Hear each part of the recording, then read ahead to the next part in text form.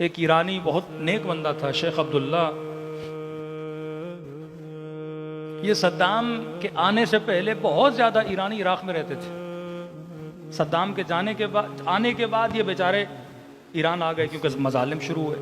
کبھی آپ نجف جاتے ہیں تو مور دین 80% جن علماء کی قبور ہے وہ سارے کے سارے ایران کے ہیں. اجتہاد کا مرکز نجف تھا. صدام کے آنے کے بعد اجتہاد کا مرکز قم بنا. ایک نعمت ظالم نے شیعوں سے چھینی تو خدا نے دوسری نعمت جناب معصوبہ قم کے جوار میں عالم تشیع کو عطا کی اور بہت بڑی نعمت بنی. ہزاروں کی تعداد میں علماء جہاں سے نکلے، شہید حسینی جیسے اور بہت بڑے علماء. کہتے ہم جب عراق میں ہوتے تھے تو مولا کی مجلس کرواتے تھے. شیخ عبداللہ کہتے ہیں کہ مجلس امام حسین میں ایک عرب شخص آتا تھا. اب ہماری ثقافت میں اور عربوں کی ثقافت میں تھوڑا فرق ہے.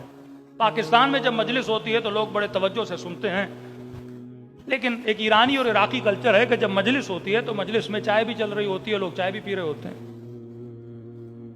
تو کہتے ہیں ایک شخص آتا تھا مجلس میں، مولا حسین کی مجلس ہو رہی ہے، یہ صرف چائے پینے کے لیے مجلس میں آتا تھا. 1 کپ چائے کا پیا، 2 کپ چائے کے پیے، 3 کپ چائے کے پیے، 4 کپ چائے کے پیے اور چائے پینے کے بعد چلا گیا. نہ مجلس میں روتا تھا، نہ ماتم کرتا تھا، نہ مولانا کو سنتا تھا، نہ جب صلوات بھیجی جاتی تھی کوئی توجہ ہوتی تھی. یہ بس آتا 3 کپ چائے کے پی اور نکل جاتا تھا. شیخ عبداللہ کہتے ہیں کہ یہ عادت مجھے اس کی بڑی بری لگتی تھی. کہتے ہیں ہم صدام کے آنے کے بعد ایران چلے گئے. 1.5 سال کے بعد میں نے اس مومن کو قم کی مجلس میں دیکھا، اور جب مجلس میں آیا تو وہاں بھی چائے چل رہی تھی اور اس نے پھر چائے کے کپ پینا شروع کر دی. میں نے کہا یہ عجیب مومن ہے کہ نہ مجلس صحیح سے سنتا ہے، نہ کوئی نعرہ مارتا ہے، نہ کوئی صلوات بھیجتا ہے، نہ کوئی ماتم کرتا ہے، چائے پہ چائے پی رہا ہے. کہہ رہا دل میں میرے اس مومن کے لیے خیال اچھا نہیں تھا کہ یہ کیسا مومن ہے.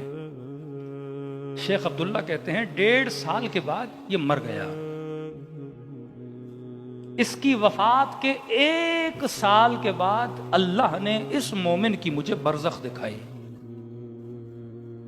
ہر کسی کی برزخ نہیں دکھائی جاتی، کیونکہ اس مومن کا خیال میرے دل میں برا تھا، اور تاکہ میں لوگوں کو بتاؤں کسی مومن کے لیے ایسا نہ سوچا کرو. اب عالم برزخ میں کیا دیکھتا ہوں کہ برزخ کے باغوں میں سے ایک باغ میں یہ بوڑھا بیٹھا ہے، اور میں تعجب سے پوچھتا ہوں کہ جناب تم نے ایسا کون سا کارنامہ انجام دیا؟ نہ روتے تھے، نہ ماتم صحیح سے کرتے تھے، نہ مجلس میں صحیح سے بیٹھتے تھے، صرف چائے پی کے چلے جاتے تھے. یہ جگہ تمہیں کس نے دی؟ کہا شیخ عبداللہ یہ جگہ مجھے حسین نے دی ہے. کہ جیسے روح پرواز کی عالم برزخ میں امام حسین مجھے لے کر آئے، کہ اس باغ میں رہو تا قیامت، جب قیامت ہوگی تمہیں اور اچھی جگہ ہم دیں.